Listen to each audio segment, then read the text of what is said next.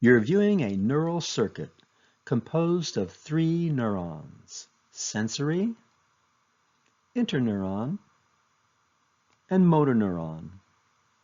The motor neuron innervates effectors. In this case, the effectors are skeletal muscle cells. The dendritic end of the sensory neuron is located in the skin. Recall that dendrites are the antenna of neurons, monitoring what is going on outside the neuron. Perhaps a bug is crawling on your skin, and that can be enough of a stimulus to activate the dendrites, leading to an action potential forming in the peripheral axon. The action potential is sodium ions entering the axon, followed by potassium ions leaving the axon.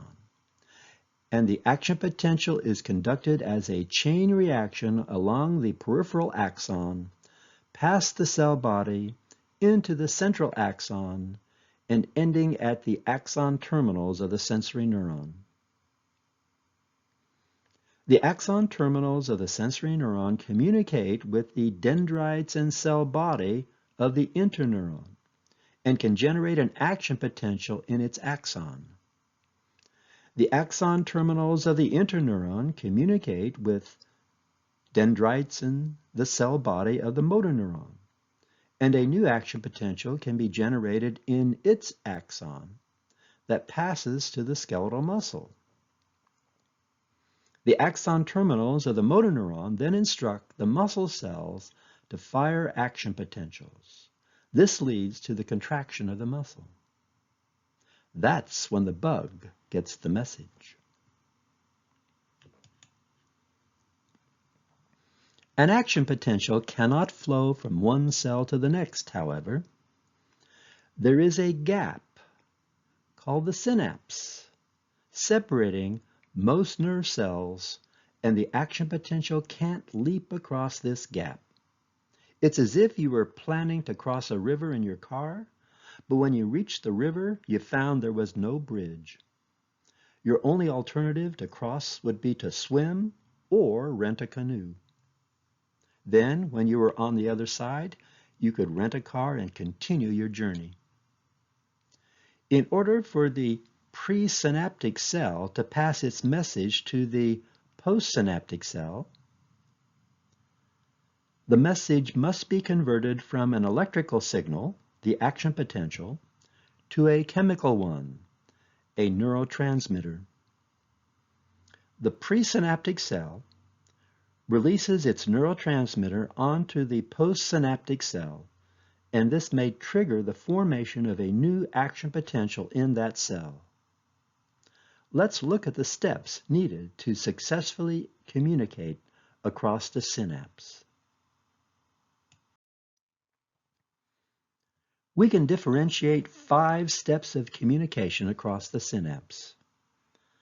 The first step is the manufacture of a chemical messenger called a neurotransmitter. The second step is the concentration and storage of the neurotransmitter. The third step is the release of the neurotransmitter onto the postsynaptic cell. The fourth step is the binding of the neurotransmitter to receptors on the postsynaptic cell, resulting in activation of these receptors. Our fifth step is to clear the neurotransmitter from the synapse. Let's look at each of these steps in detail. We begin with neurotransmitter synthesis. There are at least 3 dozen different chemicals that are used in the nervous system as neurotransmitters. Shown here are a few of them. Notice that many of them are manufactured from amino acids, the building blocks of proteins. The top metabolic pathway illustrates the synthesis of at least 2 major neurotransmitters, dopamine and norepinephrine, from the amino acid tyrosine. Tyrosine can be hydroxylated to make dopa, which is short for dihydroxyphenylalanine. DOPA can be converted to dopamine, which in many cells is the final step in this metabolic pathway. Dopamine is released as a neurotransmitter or a hormone by many cells. In other cells, dopamine is converted into norepinephrine, which is an important neurotransmitter throughout the body. There is an additional enzyme in the adrenal medulla that converts norepinephrine into epinephrine. Epinephrine, also known as adrenaline, is not a neurotransmitter, but it does function as a hormone because it's released to the bloodstream and distributed throughout the body where it can have similar effects as norepinephrine. Another important neurotransmitter is serotonin. Serotonin is manufactured from the amino acid tryptophan, another building block of protein. Tryptophan can be converted into an intermediate called 5-hydroxytryptophan, or 5-HTP, which is then converted into the end product, serotonin. Acetylcholine is an important neurotransmitter for telling skeletal muscle cells to contract. Acetylcholine is manufactured from choline, a nitrogen-containing substance that lacks a carboxylic acid group. When choline is combined with acetic acid, the product is acetylcholine. Histamine is a neurotransmitter produced from the amino acid histidine by the enzymatic removal of a carboxylic acid group. Glutamate is an amino acid that's used to build protein, but it also functions as an excitatory neurotransmitter. In addition, glutamate can be converted into another neurotransmitter called gamma-aminobutyric acid, commonly called GABA, by the removal of a carboxylic acid group. I've highlighted GABA in red because it's known as an inhibitory neurotransmitter. Its release reduces the chances of generating an action potential in a postsynaptic neuron. Glycine is another amino acid building block of protein that also doubles as an inhibitory neurotransmitter. These are just a few of the 36 or so chemical messengers that serve as neurotransmitters, most of whom have to be manufactured in the presynaptic cell to be released at a synapse. The second step in synaptic communication is storing the neurotransmitter inside vesicles in the presynaptic neuron. Here you see some vesicles filled with neurotransmitter in the axon terminal of the presynaptic neuron. There are two major reasons for storing neurotransmitters inside vesicles. Number one is to protect them from enzymes that might destroy them. A second reason is to concentrate them so that when an action potential rolls into the axon terminal, there is a substantial amount of neurotransmitter that can be released onto the postsynaptic cell.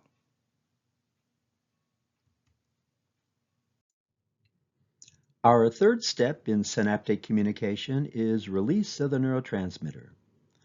Release is brought to you by an action potential rolling into the axon terminal of the presynaptic neuron. When an action potential enters the axon terminal, it opens calcium channels. Here is a closed calcium channel. Here is an open calcium channel that allows calcium ions to diffuse from the extracellular fluid into the axon terminal. Calcium ions act as an excitation-secretion coupling agent. The calcium ions enable vesicles containing the neurotransmitter to fuse with the plasma membrane to release their neurotransmitter into the synaptic gap. If you block the entry of calcium ions into the axon terminal, you will block the release of the neurotransmitter.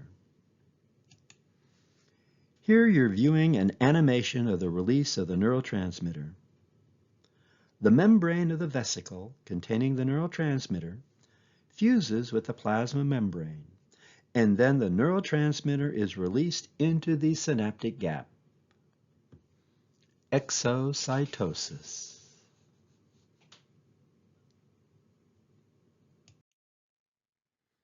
Our fourth step of communication across the synapse is activation of receptors on the postsynaptic cell membrane.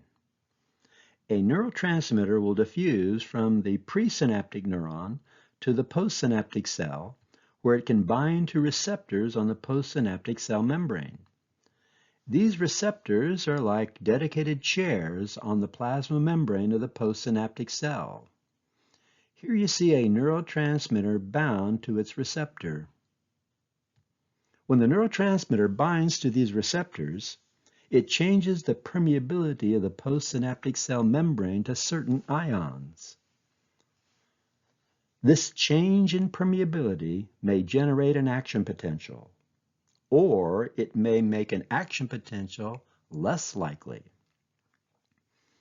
Synapses where the neurotransmitter makes it more likely to generate an action potential are called excitatory synapses.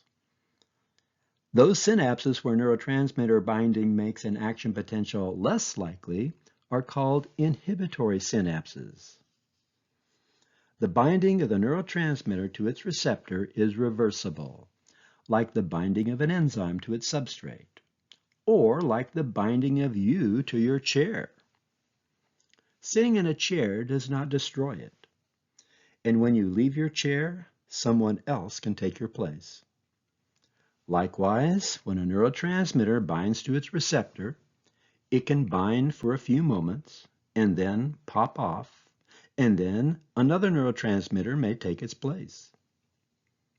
The binding between the neurotransmitter and its receptor is similar to the binding of an enzyme to its substrate.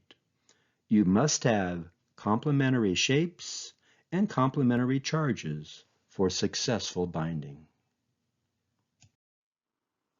The fifth and final step of communication across the synapse is neurotransmitter inactivation. What do you do with your monthly Teen Vogue magazine when you've finished reading it? You put it in the recycling bin because it's old news.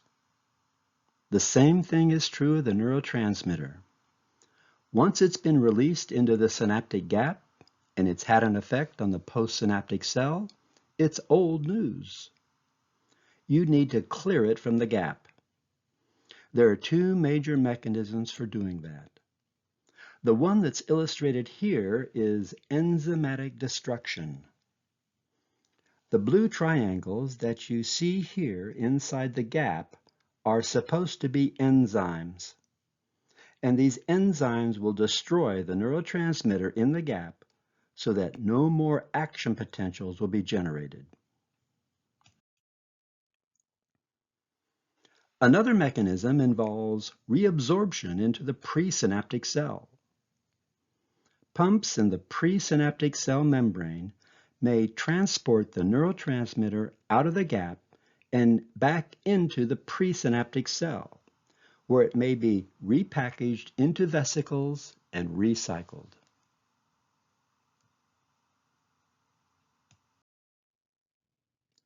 This is a synapse between a motor neuron and a skeletal muscle cell. It's called the neuromuscular junction.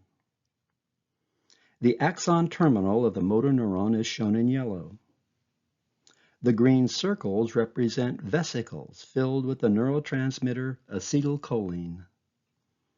The pink organelles are mitochondria. On the other side of the synapse is the muscle cell membrane called the motor end plate, where receptors for the neurotransmitter are located.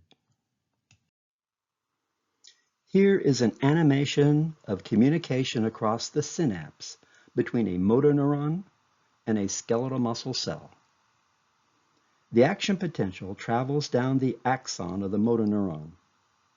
The action potential is sodium ions entering the axon, followed by potassium ions leaving the axon. When the action potential reaches the axon terminal, it opens calcium channels, and calcium ions flood into the axon terminal. The calcium ions trigger the exocytosis of the neurotransmitter acetylcholine into the neuromuscular junction. This acetylcholine diffuses across the gap and binds to receptors on the motor end plate of the muscle cell, triggering an action potential in the muscle cell. Simultaneously, the acetylcholine will be destroyed by enzymes in the gap. The enzymes that destroy acetylcholine are called acetylcholinesterase. If not for the clearance of the neurotransmitter, your muscle would remain contracted. If you want muscle contraction to continue, you must send down more action potentials to release more acetylcholine. You're viewing an automatic response known as a reflex. Our hapless guinea pig inadvertently places his hand in a candle flame. This activates thermal nociceptors. Nociception is just a fancy word for sensing injury or harm. This results in action potentials along the sensory neuron, shown in yellow, that are conducted into the spinal cord, where the axon terminals of the sensory neuron synapse with the dendritic end of the interneuron, shown in green. This generates action potentials along the axon of the interneuron that synapse with the dendritic end of the motor neuron, shown in blue. This causes action potentials along the axon of the motor neuron, which are conducted to skeletal muscle cells within the biceps brachii muscle. The release of acetylcholine from axon terminals of the motor neuron onto muscle cells of the biceps brachii generates action potentials in these muscle cells, and that results in contraction of the muscle and the withdrawal of the hand from the noxious stimulus. Note that the brain is not necessary for this reflex. If you have to think about it, your response would be delayed. This simple reflex involves 3 sets of chemical synapses. 1, 2, and 3. The presence of all these chemical synapses between cells slows communication within the nervous system. Signal conduction would be a lot faster if nerve cells were hardwired, and the action potential could roll without interruption from one cell into the next cell. But that's seldom the case. On the other hand, drug companies have become filthy rich thanks to the chemical synapse, because the use of neurotransmitters to communicate in the nervous system offers many opportunities for drugs to interfere with communication. Let's see some of the ways in which drugs and pharmaceutical doses of nutrients can interfere with synaptic communication. Recall that the amino acid tryptophan is a precursor to a neurotransmitter called serotonin. Low levels of serotonin in the brain have been associated with increased risk of depression. Before the days of the selective serotonin reuptake inhibitors, one of the substances used to treat depression was a supplement of the amino acid tryptophan. It turns out that the enzymes that convert tryptophan to serotonin are not saturated under normal foodborne intake of tryptophan. By consuming tryptophan at pharmaceutical doses on an empty stomach with a carbohydrate beverage, a person can increase tryptophan levels inside cells that manufacture serotonin.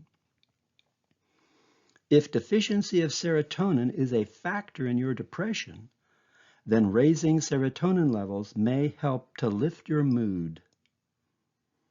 In the late 1980s, however, a batch of tryptophan caused several deaths from a disease called eosinophilia. The FDA responded by banning tryptophan supplements. Later, it was discovered that the cause of the eosinophilia was not the tryptophan itself, but a bacterial contaminant from a new method for producing tryptophan by a Japanese company. Tryptophan is now again available as an over-the-counter supplement. While tryptophan was banned, however, it was replaced by a supplement of the intermediate between tryptophan and serotonin, 5-HTP, which is short for 5-hydroxytryptophan. It turns out 5-HTP, if taken orally under the right conditions, can also increase the levels of serotonin inside nerve cells. So today, not only can you buy tryptophan as a supplement, but you can also buy 5-HTP at your local drugstore without a prescription. Reserpine was originally used as a treatment for high blood pressure. It works by preventing the storage of norepinephrine inside transmitter vesicles. Norepinephrine is a neurotransmitter that is part of the fight or flight response. When you're scared or exercising, your blood pressure is elevated. Release of norepinephrine can lead to elevated blood pressure. By interfering with the packaging of norepinephrine inside storage vesicles, less norepinephrine will be released into synapses. This can lower blood pressure. One adverse effect of blocking the storage of norepinephrine, however, is depression. Norepinephrine is also needed to maintain your optimistic mood and motivation. So your blood pressure may go down as a result of using reserpine, but you may not be happy about it. The botulism toxin is produced by a species of bacteria called Clostridium botulinum. Botulism toxin is among the most deadly naturally occurring toxins. A quantity so small you couldn't see it with your unaided eye could kill you if consumed orally. Botulism toxin kills by preventing release of the neurotransmitter acetylcholine onto muscle cells, thereby paralyzing our muscles. If the nervous system can't tell your muscle cells to contract, you collapse to the floor. You will die from an inability to breathe. Your diaphragm is the principal muscle of breathing. It requires continuous input from the nervous system to contract and relax. If you prevent the nervous system from telling the diaphragm to rhythmically contract and relax, you'll quit breathing, and that's what will cause your death. Since the 1980s, botulism toxin, marketed as an injectable drug called Botox, has been approved for use to treat chronic muscle spasms and even facial wrinkles by relaxing muscles of facial expression. The next category of drugs will block the receptors for a neurotransmitter. We call them receptor antagonists. My house key may fit into the lock of your door, but it won't unlock your door. But while my house key is in your lock, your key can't be inserted to unlock the door. Similarly, the drug atropine binds to acetylcholine receptors on muscle cells, but does not activate them. So when acetylcholine is released, it has no place to bind. Atropine has been used as a muscle relaxant during surgery to keep patients from flopping around on the table, or, even worse, leaving without paying their bill. It is still used in ophthalmology to keep a patient's pupils from contracting when the eye doctor shines her light in their eyes. The effects of the drug wear off after a few hours. Another example of a drug that acts as a receptor antagonist is diphenhydramine. Diphenhydramine, which you can find in medicines like Benadryl, binds to but does not activate histamine receptors. In this illustration, the V represents histamine receptors on target cells, and the triangle represents histamine. The green icons represent a drug like diphenhydramine, which can bind to histamine receptors without activating them, but at the same time preventing histamine from binding. When most people think of histamine, they think of allergies. Histamine is a chemical messenger that promotes the inflammation response in the periphery, making for a stuffy nose with sneezing and itching. To suppress these allergic responses, people reach for antihistamines like diphenhydramine, which block histamine receptors, preventing histamine from causing symptoms. But diphenhydramine can also cross the blood-brain barrier and bind to histamine receptors at synapses in the brain. The result is drowsiness. If it is bedtime, drowsiness won't be a problem. But if you have to work or stay awake in class, drowsiness would be an adverse reaction. Consequently, drug companies developed a new family of antihistamines like Claritin and Zyrtec that don't cross the blood-brain barrier, and so can relieve your allergies without making you drowsy. Although most people who use diphenhydramine do so to relieve their allergies, some people use it primarily for its sleep induction effects. In fact, the active ingredient in Sominex is diphenhydramine. Receptor agonists are the opposite of receptor antagonists. When a receptor agonist binds to a receptor on a target cell, it will activate them just like the neurotransmitter. For example, serotonin has many functions in the nervous system. One of its functions in the brain is to cause blood vessels to constrict. That can be useful if you have a vascular headache, a pounding, throbbing kind of headache that is typical of migraines. If you could get those blood vessels to constrict, then your headache could go away. A class of drugs called triptans can bind to serotonin receptors on vascular smooth muscle in the brain and cause those blood vessels to constrict, just like serotonin. So the triptans mimic the effect of serotonin on vascular receptors for serotonin.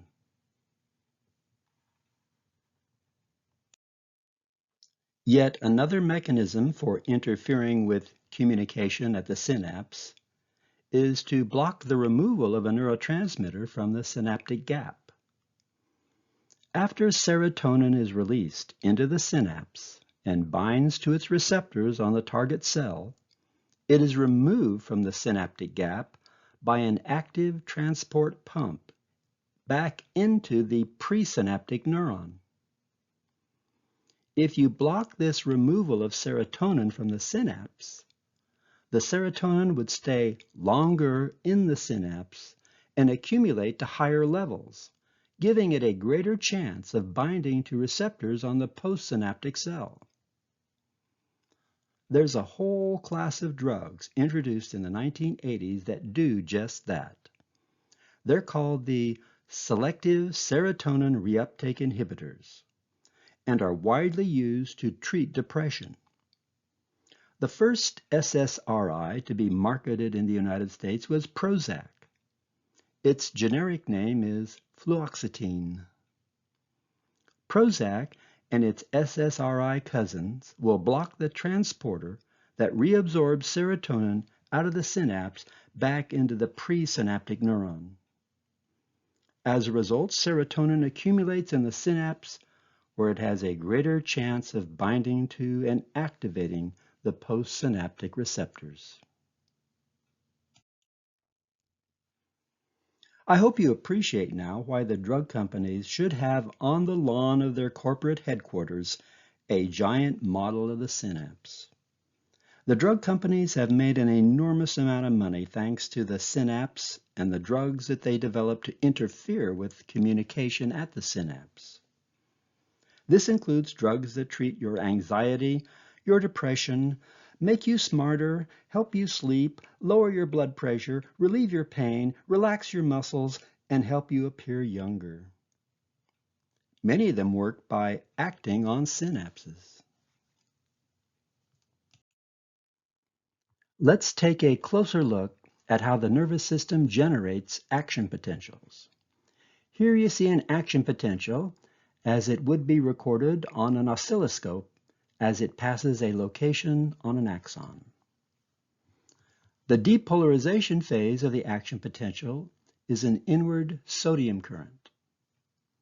The repolarization phase is an outward potassium current. So the action potential in a nerve cell axon is sodium entering the cell, followed by potassium leaving the cell. Notice the resting potential, shown here in orange, is the electric force across the axon membrane when no signal is being conducted along the axon. The axon resting potential is usually near -70 millivolts. Note there's another line shown in blue at about -55 millivolts. This blue line represents how much an axon must depolarize before it will generate an action potential. This is called threshold. Stimuli occur in different strengths.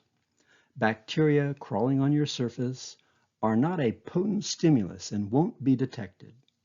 A spider crawling on your surface would be a more potent stimulus and would likely be detected by sensory receptors and generate action potentials. Threshold is a way of filtering out trivial stimuli from those that are more important. A trivial stimulus may generate a weak depolarization of the membrane called a graded potential, like you see here. But if the graded potential doesn't reach threshold, where the blue line is, no action potential will be generated. A more potent stimulus that results in a graded potential that reaches threshold can generate an action potential. And that action potential, of course, will be conducted from one end of the axon to the other. If you double the intensity of a stimulus, the action potential generated along that pathway would have the same amplitude as the action potential generated by a weaker stimulus. In other words, the amplitude of an action potential does not reflect the intensity of a stimulus. When you've seen one action potential along a neural pathway, you've seen them all. But the graded potentials that precede action potentials are proportional to the intensity of a stimulus. Here we have an action potential. Preceding the action potential are graded potentials. Graded potentials have four major characteristics. First, they are proportional to the intensity of a stimulus. Here we have a weak stimulus and a small graded potential.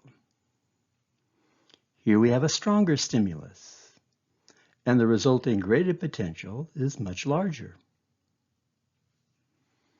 That's why they're called graded potentials, because they're graded to the intensity of a stimulus. Only graded potentials that reach threshold will generate action potentials.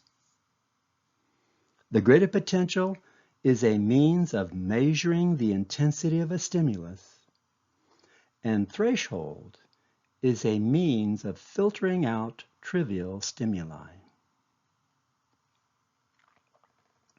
Bacteria crawling on our skin go undetected because the graded potentials they generate do not reach threshold. Another characteristic of graded potentials is that they can be depolarizing or hyperpolarizing. Depolarizing graded potentials move the cell closer to threshold for generating action potentials. But hyperpolarizing graded potentials move the membrane farther from threshold and make the generation of an action potential less likely. Neurotransmitters like GABA and glycine are called inhibitory because their release at synapses causes the postsynaptic cell to generate graded potentials that move the cell away from threshold. A third characteristic of graded potentials is that they weaken the farther they are from the initiating stimulus. Here you see a graded potential at the site of a stimulus. Here you see the much weaker graded potential 1 millimeter away from the initiating stimulus. This means that a graded potential generated by a stimulus on a dendrite will be smaller by the time it reaches the axon. Finally, graded potentials can overlap. Here you see a graded potential in response to an isolated stimulus. Next, you see a much larger graded potential that is produced by 3 stimuli occurring one right after the other at the same location. This is called temporal summation. To the right, you see 2 stimuli occurring near the same time but at different locations along a membrane. The graded potentials don't overlap. But if the 2 stimuli occur closer together on the membrane, their graded potentials can overlap to produce a larger graded potential. This is called spatial summation. Graded potentials are named differently depending upon where they occur in the nervous system. Graded potentials that are generated in response to stimuli outside the nervous system, such as light or pressure, are called receptor potentials. For example, graded potentials generated in the dendritic end of the sensory neuron would be an example of a receptor potential. Graded potentials generated by the release of neurotransmitters on postsynaptic neurons, such as here and here, are called synaptic potentials. Graded potentials generated by motor neurons on muscle cells are called end plate potentials. Finally, some cells spontaneously generate graded potentials. These are called pacemaker potentials. Most famously, we find them in the brain and in the heart. The pacemaker potentials in the heart allow the heart to continue beating even if the heart loses contact with the nervous system.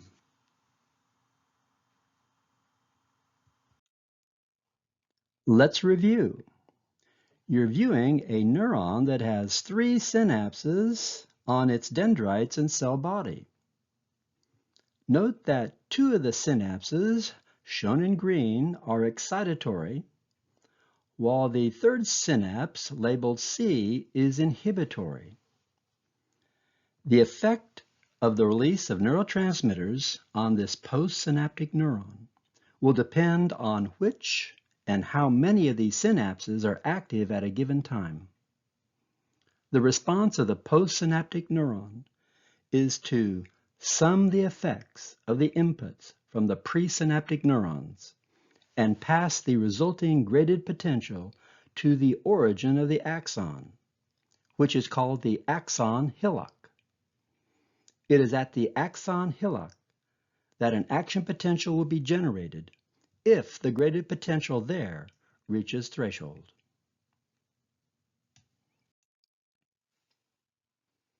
The amplitude of graded potentials reflects the intensity of a stimulus, but the amplitude of action potentials along an axon are all the same. This is known as the all or nothing principle of the action potential. So you may be wondering how an action potential can code for the intensity of a stimulus if each action potential looks the same. Somehow we must code for stimulus intensity because we can tell the difference between loud and soft sounds or bright and dim lights.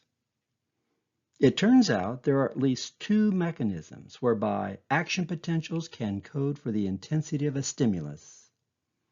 One of these mechanisms involves the number of action potentials per unit of time along a pathway. Here we have a receptor that's monitoring pressure in millimeters of mercury. At the top, the pressure is 40 millimeters of mercury. Notice that no action potentials are being generated at this low pressure. If we raise the pressure to 60 millimeters of mercury, we start generating action potentials. Beep, beep, beep, beep, beep. If we raise the pressure to 100 millimeters of mercury, we generate more frequent action potentials. Beep, beep, beep, beep, beep, beep, beep. Notice that the amplitude of the action potentials are the same at 60 millimeters of mercury as at 100 millimeters of mercury. It's just the frequency or number of action potentials per unit of time that has changed. If we increase the pressure to 140 millimeters of mercury, the number of action potentials per unit of time increases again.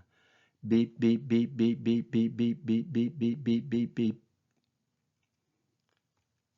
The frequency increases further at 180 millimeters of mercury. There is a maximum frequency at which action potentials can be generated. Nevertheless, there is a range of frequencies at which they can be generated to code for the intensity of the stimulus. In addition to changing the frequency of action potentials along a given pathway, we can code for the intensity of a stimulus by increasing the number of pathways that are conducting action potentials to the central nervous system. Observe that when we touch a soft cotton ball, only one pathway is conducting action potentials. When we touch something more substantial, many different pathways are conducting action potentials. The greater the intensity of a stimulus, the more pathways will be activated. In summary, our sensory system codes for the intensity of a stimulus by the number of action potentials per unit of time along a pathway and the number of pathways conducting action potentials to the central nervous system.